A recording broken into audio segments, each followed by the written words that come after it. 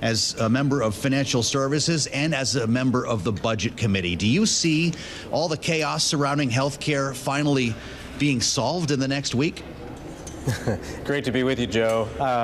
I don't think we'll get all of the problems solved. I think, what we all are realizing is that the Affordable Care Act isn't as affordable as was promised. And I think that there's a lot of frustration. I was just talking to my brother who runs family businesses for us back home, and he was talking about the cost of health care going up for, smaller, to mid-sized companies. And that's one of the challenges that we've all been facing in this country, is the fact that, inflation has definitely affected the economy and the ability to make those raises for employees. My hope is that we've set the table with the big beautiful bill, keeping taxes where they're at and making sure that the regulatory environment is much more affordable, or much more in check, so that way businesses don't have those high cost of accountants and attorneys and consultants to be able to make a profit. So I don't think it's going to happen all in this next week. I always, of course, commend those who want to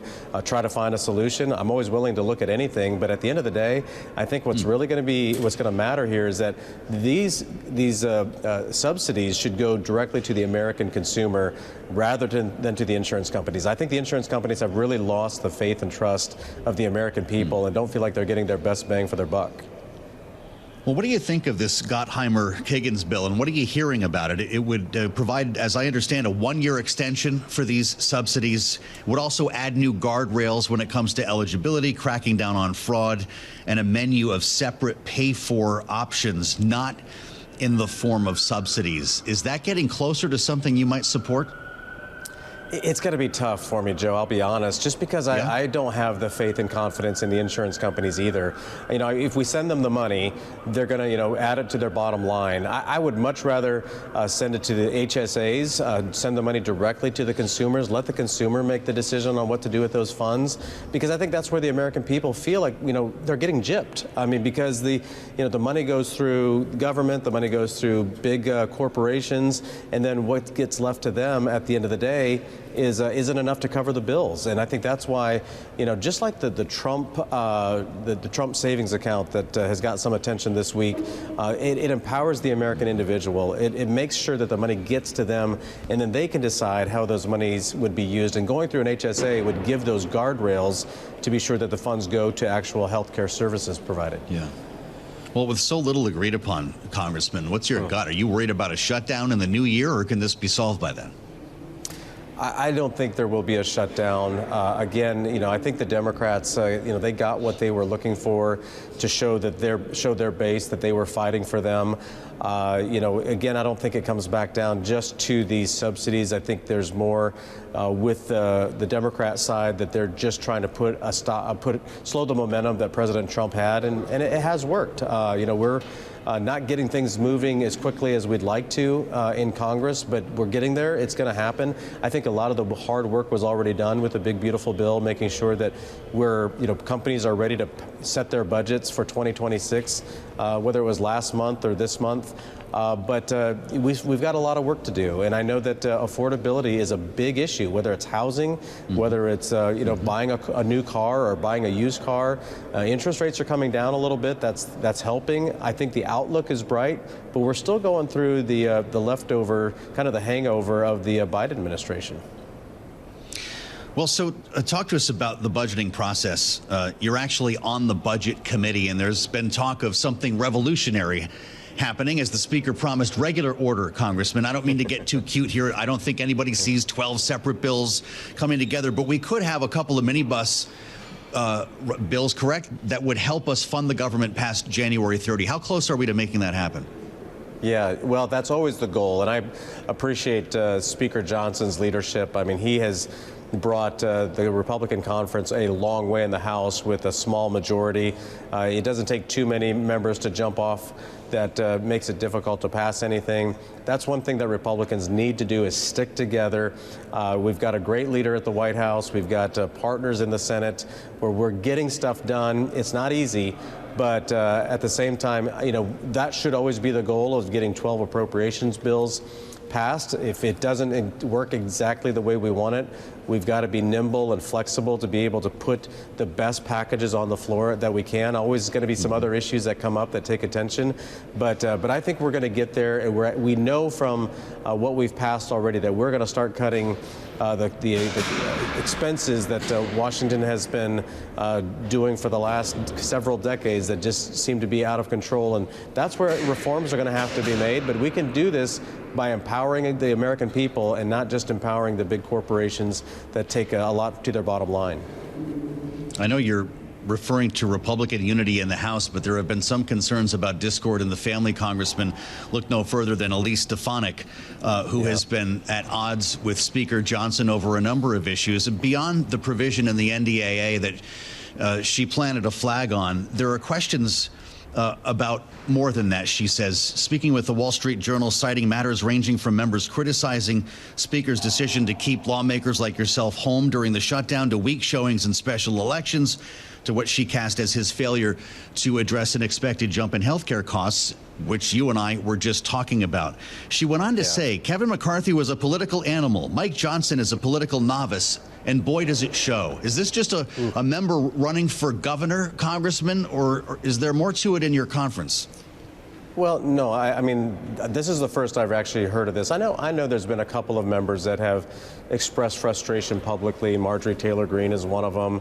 And of course, Elise Stefanik, she was put in a really awkward, difficult spot. You know, here she thought she was going to be the UN ambassador, and those things didn't work out. And now she's running for governor. You know, I wish we would always keep those conversations inside the family, and, you know, especially one-on-one. She should be expressing her frustration with the speaker if it's genuinely real. I mean, that's what we should all be doing.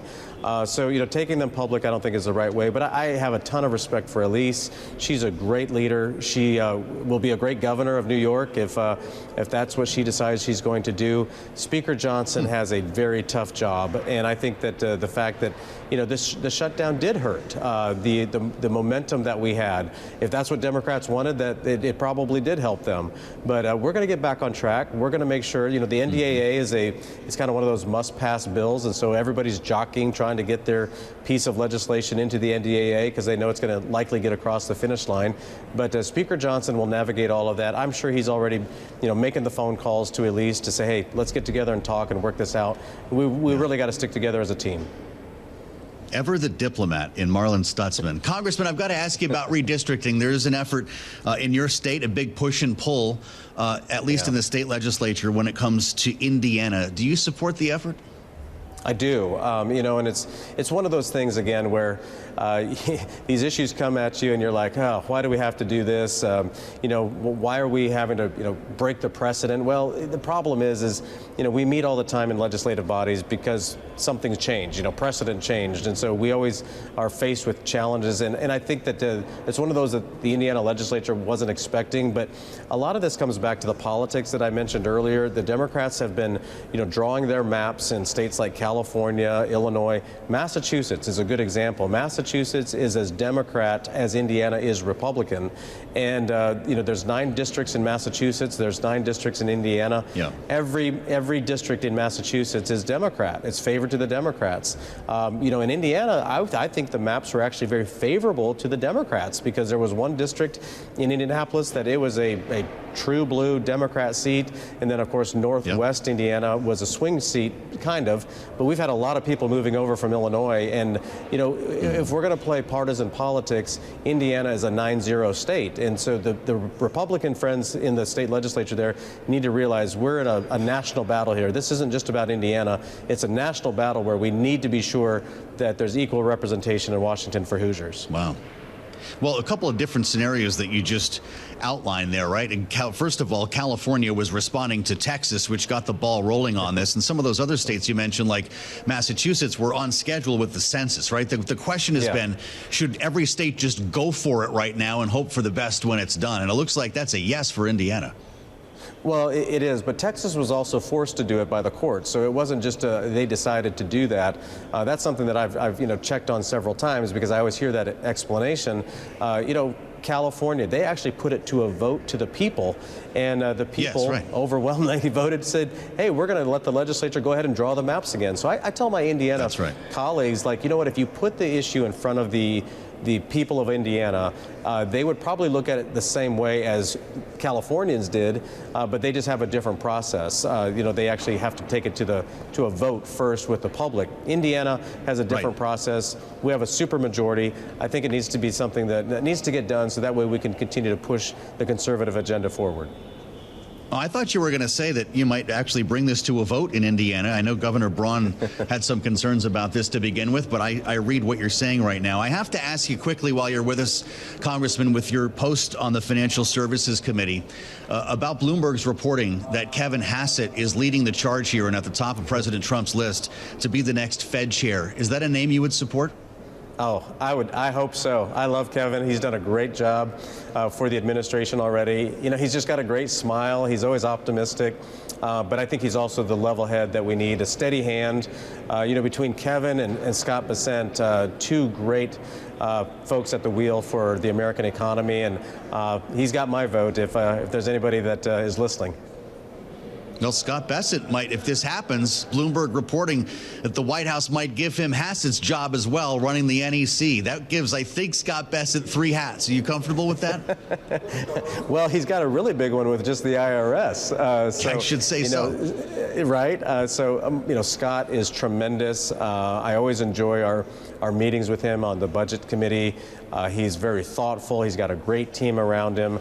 He knows how these things work, and I'm sure he'll do whatever he can for the president, ultimately for the American people.